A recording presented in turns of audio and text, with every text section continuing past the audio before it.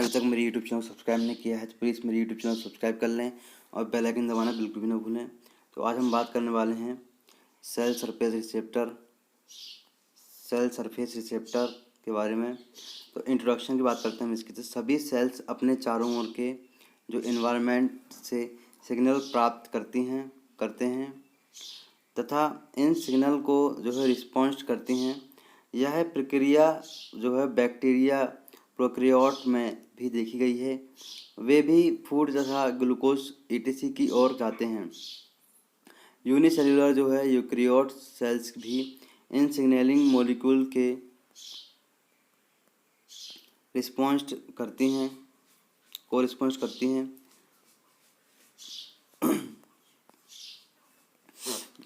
Example के लिए yeast sales में भी एक सेल के द्वारा स्रावित पेप्टाइड दूसरी सेल्स के रिसेप्टर मॉलिक्यूल्स के द्वारा प्राप्त किए जाते हैं और मल्टीसेलुलर एनिमल्स एंड प्लांट में सेल से सेल कम्युनिकेशन सर्वाधिक विकसित है।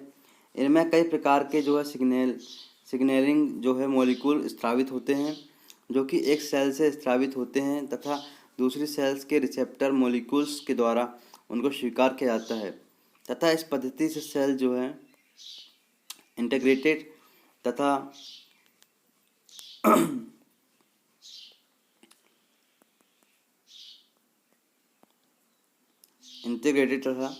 जो है कोऑर्डिनेट्स वर्क करती हैं। इन सिग्नल से प्राप्त करने वाली सेल्स बहुत सी जो है इंट्रासेलुलर क्रियाओं को नियंत्रित करती है जिससे मेटाबॉलिज्म जो है गति जो मूवमेंट होती है उनकी तथा उनका जो है डिफ्रेंसिएशन जो है विभेदन ईटीसी क्रियाएं सम्मिलित हैं। सेल सिग्नलिंग की विभिन्न जो है आणविक क्रियाओं का ज्ञान, उन क्रियाओं के विस्तृत पथ का ज्ञान सेल साइंटिस्ट के लिए अत्यंत उपयोगी है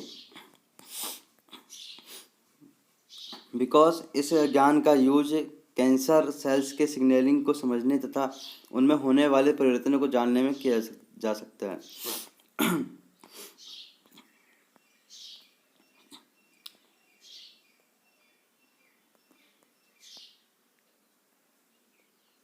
यह ज्ञान चिकित्सा विज्ञान तथा आणविक जीव विज्ञान के लिए अत्यधिक यूजफुल है।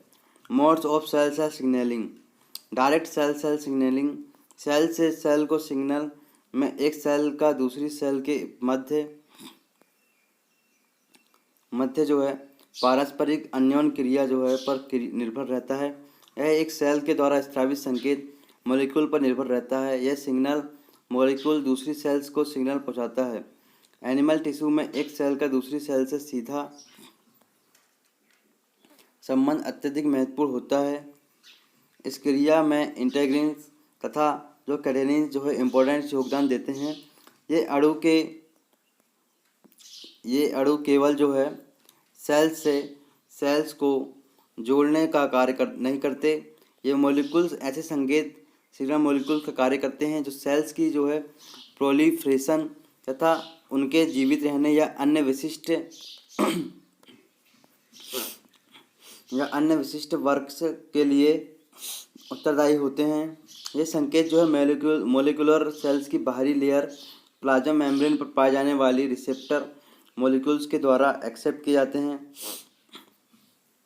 इस टाइप का सेल का सीधा जो है रिलेशन प्राणियों में एम्ब्रियो सेल्स के डिफ्रेंसिएशन तथा पूर्ण टिश्यू के मेंटेनेंस के लिए आवश्यक है।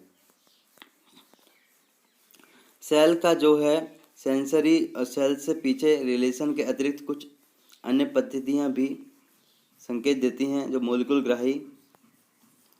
ग्राही मॉलिक्यूल्स तक पहुंचाती है। यहाँ पे हम बात करें तो ये जो डायग्राम है वह डायरेक्ट सेल सिग्नलिंग के लिए डायग्राम है दोस्तों। ये प्लाज्मा मेम्ब्रेन है, यहाँ से सिग्नल मॉलिक्यूल्स निकलते हैं दोस्तों। ये रिसेप्टर मॉलिक्यूल्स है, ये भी प्लाज्मा, ये दोनों सेल्स हैं। तो ये है direct cell signalling. Endocrine signalling की हम बात करें यहाँ पे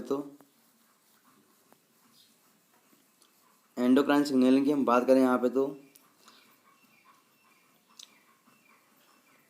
इस टाइप की सिग्नल प्रक्रिया में एंडोक्राइन ग्लैंड से निकलने वाला हार्मोन ब्लड के द्वारा टारगेट सेल तक जाता है, वहाँ रिसेप्टर मॉलिक्यूल्स उसे एक्सेप्ट करता है। इस टाइप का एग्जाम्पल जो है एस्ट्रोजन हार्मोन है, जो ओवरी से निकलकर मेल के विकास, मेल ऑर्गन्स के जो है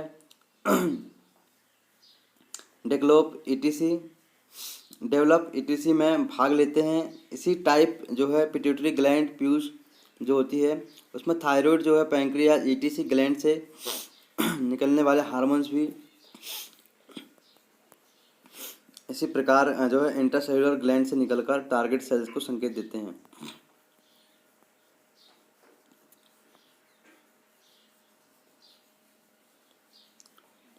यहाँ पे जो है दोस्तों एंडोक्राइन सेल जो है ये टारगेट सेल है।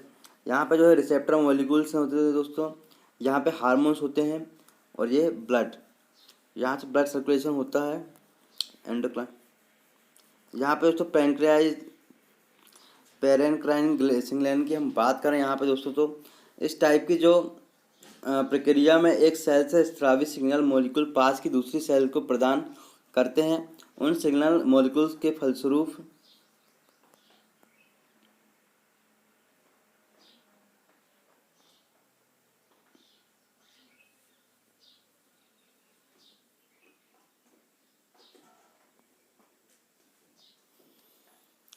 ये एक सेल है दोस्तों, यहाँ से सिग्नल मॉलिक्यूल्स आते हैं, और ये दूरस्थ सेल है। रिसेप्टर मॉलिक्यूल्स यहाँ से होते हुए जाते हैं। ये नर्व सेल है, ये दूसरी नर्व सेल है। ये डायग्राम दोस्तों आप अच्छे से, बहुत सरल डायग्राम है ये, आप अच्छे से इसे बना सकते हैं। ये पैंक्रियाटिक सिग्नलिंग का डायग्राम है।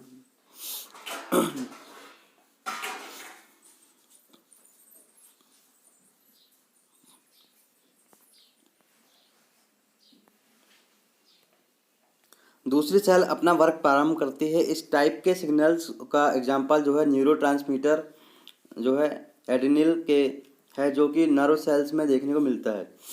ऑटोक्राइन सिग्नल की हम बात करें तो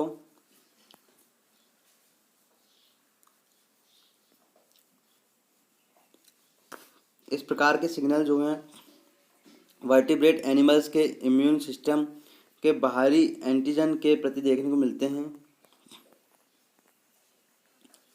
इसमें टी लिम्फोसाइट बाह्य एंटीजन से संकेत प्राप्त कर बहुप्रजता प्रारंभ करने के लिए उत्तेजित होकर प्रतिरक्षा तंत्र को प्रभावी बनाते हैं।